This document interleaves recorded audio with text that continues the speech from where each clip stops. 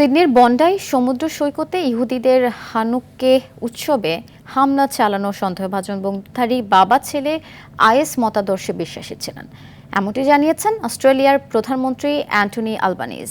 আজ মঙ্গলবার কথা বলেন তিনি।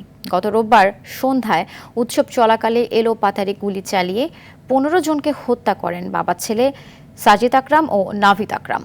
24 বছর বয়সী নাভিদ আকরাম 2019 সালে অস্ট্রেলিয়ার গোয়েন্দা সংস্থার নজরদারিতে এসেছিলেন বলে জানান অ্যান্টনি আলবানিজ, কিন্তু সেই সময় তাকে আসন্ন হুমকি হিসেবে বিবেচনা করা হয়নি বলেও দাবি করেন তিনি।